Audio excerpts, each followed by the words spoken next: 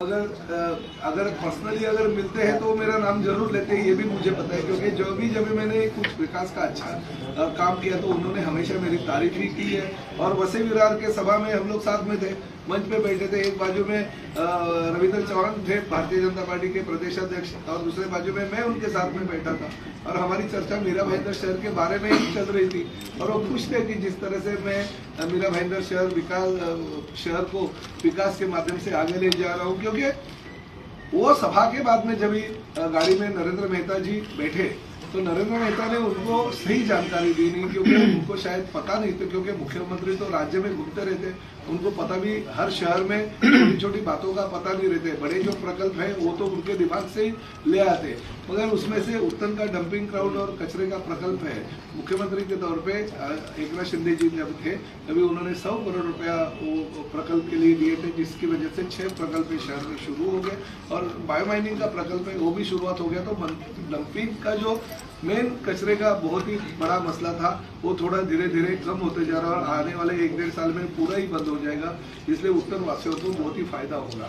और रही उत्तम डोंगरी की जगह, तो उत्तर डोंगरी में जो कारशेड की जगह थी उसमें ऑलरेडी हमने कारशेड जो है वो कैंसिल कर दिया था। वो वहाँ पे कारशेड की जगह पे हम जो गोरेगांव की फिल्म सिटी है और साथ ही में जिजामाता उद्यान में जैसे प्राणी संग्रहालय वो हम लाने के लिए जीआर जल्दी ले आ रहे, ताकि वो जगह पे वो विकसित हो, तो हमारे मीरा भाईंदर शहर की शान और आगे जाए और हमारे उत्तर वासियों को रोजगार का एक साधन मिल जाए। उसके बाजू में जो 75 एकड़ की जमीन है वहाँ पे भी हम प्रकल्प निसर्ग उद्यान के रूप में ले आ रहे हैं। तो ये बातें शायद उन्होंने कल मुख्यमंत्री जी को बताई नहीं।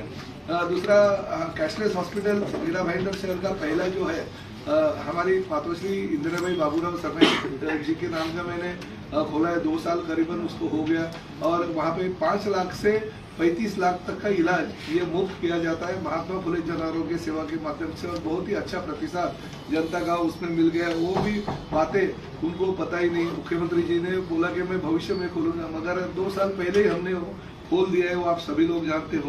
कोस्टल रोड में ये बात है कि जब भी हमारी सरकार थी और भारतीय जनता पार्टी सत्ता में नहीं थी, उस वक्त मुंबई महानगर पालिका ने 3000 करोड़ रुपए खर्चा करके निविदा प्रक्रिया निभाई थी। L&T कंपनी को काम दिया था, वर्क ऑर्डर भी दिया था हमारे ही कार्यकाल में, और दहीसर और भाईंदर कोस्टल रोड का काम भी शुरुआत हमने उस वक्त किया था। ये बातें भी नरेंद्र मेहता ने मुख्यमंत्री जी को बताया रही। मेट्रो और पानी के लिए आपको भी पता है कि मेट्रो तो हमारी पिछले साल ही आना चाहिए, 1 साल लेट हो गई। सिर्फ 7-Eleven कंपनी की जगह उन्होंने दी नहीं और रुकाया, इसलिए वो मेट्रो शहर में लोगों को आ नहीं पाई। मगर इसी महीने में 16 तारीख के बाद में कभी भी मुख्यमंत्री और उप मुख्यमंत्री अगर वक्त दे देंगे तो मैं उसका लोकार्पण करूंगा, क्योंकि वो पूरी की पूरी उसकी सुरक्षा जांच वगैरह पूरी हो गई है। और पानी का मसला आपको भी पता है, 2 साल पहले काम पूरा होना चाहिए था, मगर चेन्नई में जो वाटर टैंक बन रहा है वो काम उन्होंने रुका दिया, इसलिए वो 2 साल पानी की योजना हमारी आगे गई। मगर फिर भी यही साल में वो लोकार्पण भी हम करेंगे 218 MLD पानी का, और लोगों को 24 घंटा पानी 365 दिन हम देंगे। भवन के बारे में आपको पता है कि भवन निर्माता करके प्रताप सरनाईक की हमेशा अवहेलना की कि ये क्या प्राइवेट जगह जो संस्था है उनको ये जमीन है और भवन दे रहे, ये कॉरपोरेशन की मालकी है, ये सरकार की जिम्मेदारी है, ऐसा बोल के हुए उन्होंने उत्तर भारतीय भवन को विरोध किया। मगर हमने 38 करोड़ रुपए लाके वो काम भी शुरुआत कर दिया, जो पिछले कई सालों से उत्तर भारतीय भवन के लिए लड़ रहे थे लोग मीरा भाईंदर के शहर के, तो वो काम हो गया। बंगाली समाज भवन रेडी हो गया, लोकार्पण हो गया। मिथिली समाज भवन रेडी हो गया, लोकार्पण हो गया। उसी के साथ महाराणा प्रताप भवन तैयार हो गया, बंगाली भवन जो है तैयार हो गया, साउथ इंडियन लोगों के लिए भवन है वो रेडी हो गया। साथ ही में हमारे सरदार वल्लभ भाई पटेल भवन रेडी हो गया, उसका भी लोकार्पण हो गया। हमारा वारकरी भवन रेडी हो गया, उसका भी लोकार्पण हो गया। ये तो चाहते हैं कि मैं सत्ता में आऊं तो ये सब भवन उनके जो क्या बोलते हैं, अभी दीपाली ताई ने बोला, तो लुच्चे लफंगे जो उनके चारों बाजू में फैले हुए उनको दे दूं, ताकि उनके माध्यम से वो आमदनी खुद की बढ़ा सके। जैसे उन्होंने वो हमारा ग्रंथ मुता नाम का जो मीरा भाईंदर शहर का बच्चा है वो उसकी हत्या हो गई थी, हत्या ही मैं कहूँगा, क्योंकि वो अगर गलती ठेकेदार की वजह से अगर उसकी मृत्यु हो गई तो वो हत्या ही है।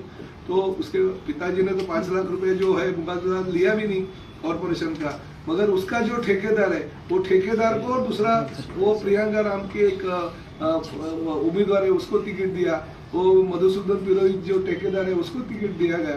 तो ऐसी काम उन्होंने की है, मगर भवन के लिए भी गलत मालूमात लोगों को यानी आदरणीय मुख्यमंत्री जी को उन्होंने दी।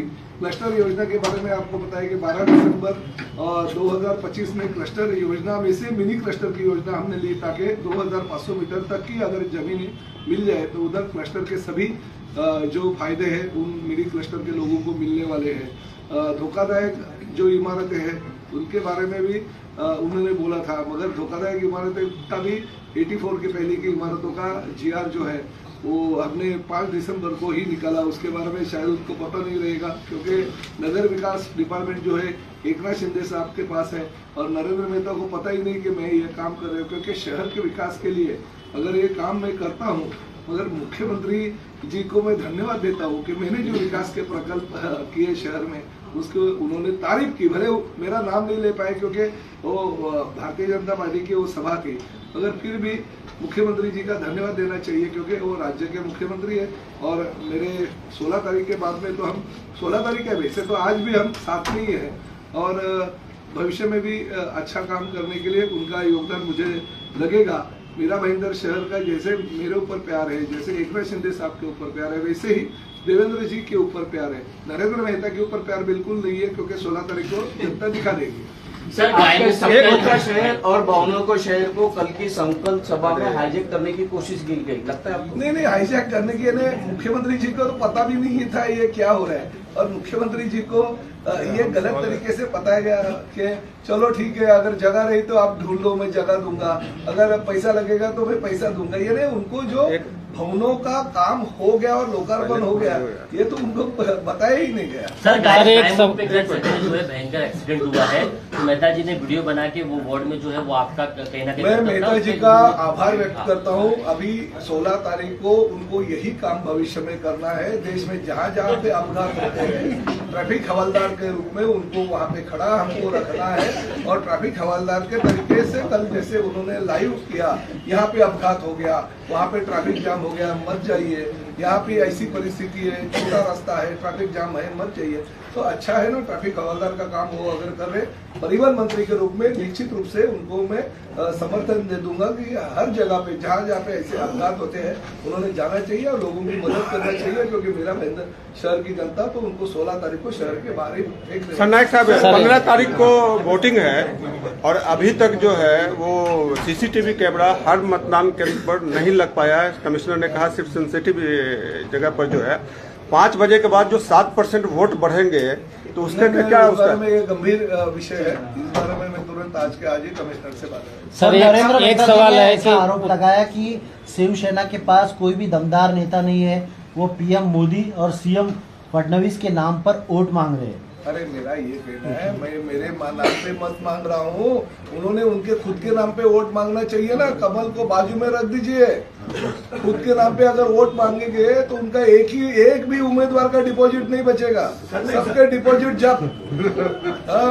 सर, आपका कहना है कि आपने उनसे, वो आपको 13 सीटें देने वाले थे और आप अपना बयान दे रहे हैं कि मैं उनके 13 भी चुनाव नहीं आने दूंगा, जबकि वो लोग 70 कर रहे हैं।